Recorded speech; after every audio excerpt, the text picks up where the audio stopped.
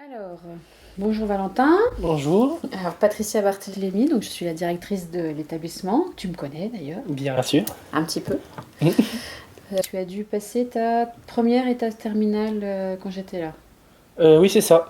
Première et terminale bac pro Sapat. C'est ça. Moi, je suis la directrice et donc je suis contente de t'avoir aujourd'hui pour que tu nous expliques un petit peu ton parcours à la MFR de Saint-Renan il y a plus d'un an. Oui, c'est ça. Voilà. Bon, bah écoute, présente-nous déjà ton parcours actuel, ce que tu fais actuellement, et puis après on va reparler un petit peu de ce qui s'est passé avant. Actuellement, du coup, je suis aide à domicile à Archipel des soins à domicile depuis juillet 2019. Donc, après, j'ai signé un CDI du coup en décembre 2019. Décembre 2019, et tu es sortie de la MFR en... En juin 2019. D'accord. Et l'été, tu as fait un remplacement peut-être? J'ai fait des différents remplacements dans une maison de retraite où je faisais mon stage examen pour le bac pro. Et comme du coup mon travail les satisfaisait, ils m'ont proposé à faire des remplacements de temps en temps pour le mois de juin, souvent les week-ends ou même des jours après quand on était en période de révision.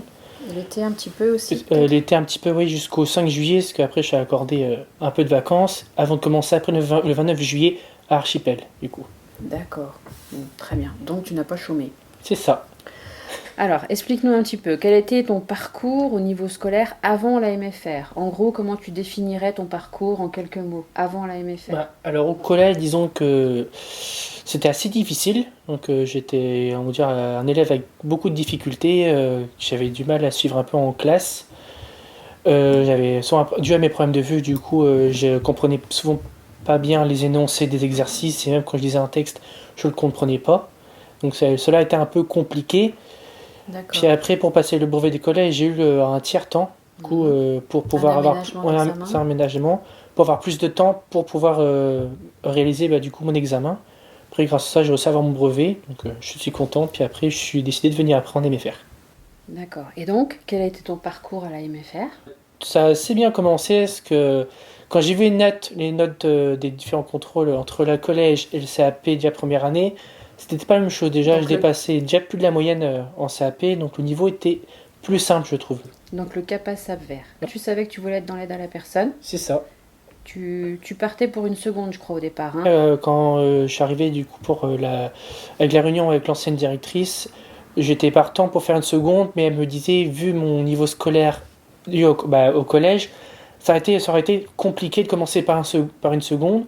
C'est pour cela qu'elle m'a proposé de faire 2 ans de CAP, du coup le SAP vert, pour pouvoir après, si je voulais, bifurquer après sur le bac pro SAPAT, quoi. En classe de première. C'est ça, en classe de première, si Ce qui est possible. c'était possible. C'est une passerelle. C'est ça. Et donc, que t'as apporté justement la MFR et notamment le CAPA pour après rebondir sur le bac pro? Déjà, le CAPA, déjà, c'est un peu toute une nouvelle vie, parce que c'est différent de ce que j'ai vu avant. Parce qu'avant, c'était juste, j'arrivais le matin au collège, je faisais la journée, je repartais. Alors que la MFR, j'arrivais le lundi, parce que vu que j'étais interne, du coup, je restais à l'internat. Donc après, c'était toute une nouvelle vie, du coup, à l'internat. Du coup, j'ai fait une nouvelle rencontre aussi. Je connaissais personne, je suis arrivé à zéro ici.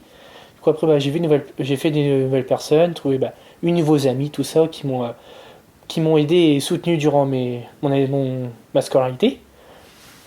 Et après, c'était sympa. Ça a déjà permis d'avoir moins peur d'aller vers les gens, parce que j'étais assez timide, assez réservée, comme on dit. Et après, avec les stages du coup que j'ai fait, ça a permis déjà avoir commencer à avoir une expérience professionnelle.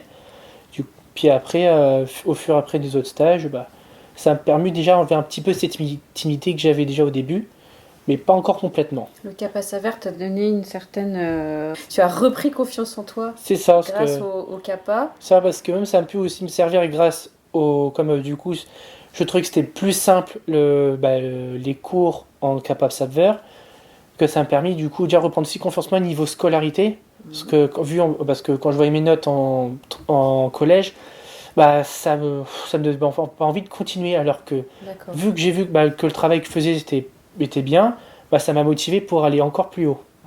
Est-ce que ça répondait à ce que tu cherchais, la Oui, MFR? parce que vu que j'aimais pas trop les cours Déjà parce qu'après, rester assis sur une chaise assez longtemps, bah, j'avais du mal, quoi. Pourtant, il y a des cours en MFR. Ah oui, oui, il y a des cours, ce qui est très bien. Mais ce qui est, trouvé le petit plus qu'il y avait, c'est qu'il y avait aussi des stages.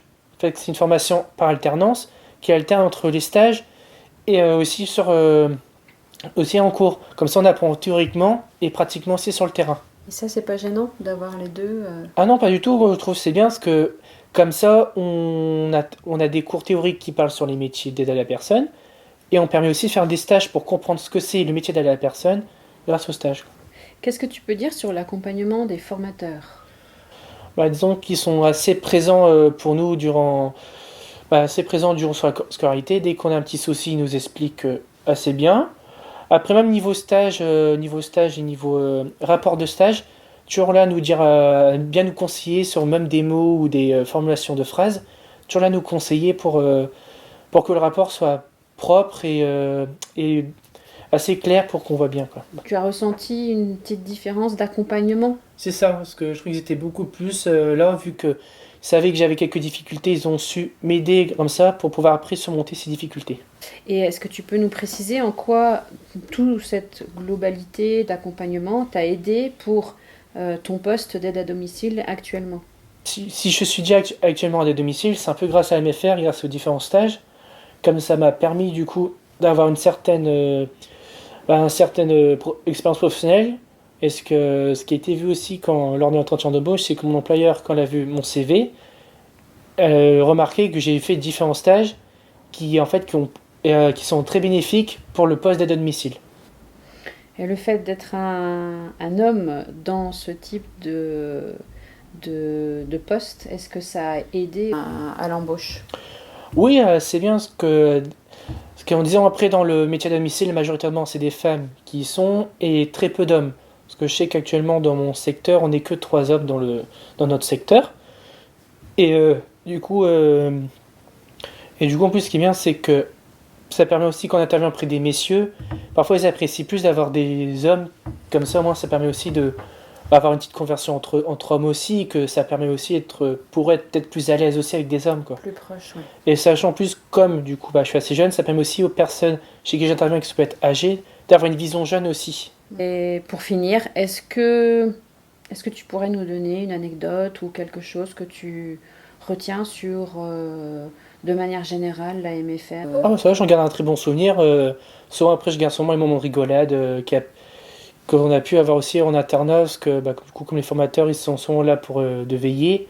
Parfois, ça permet aussi de voir un peu une autre facette un peu des formateurs, pas voir que entre prof et élèves. Ça peut être aussi un peu autre chose, quoi.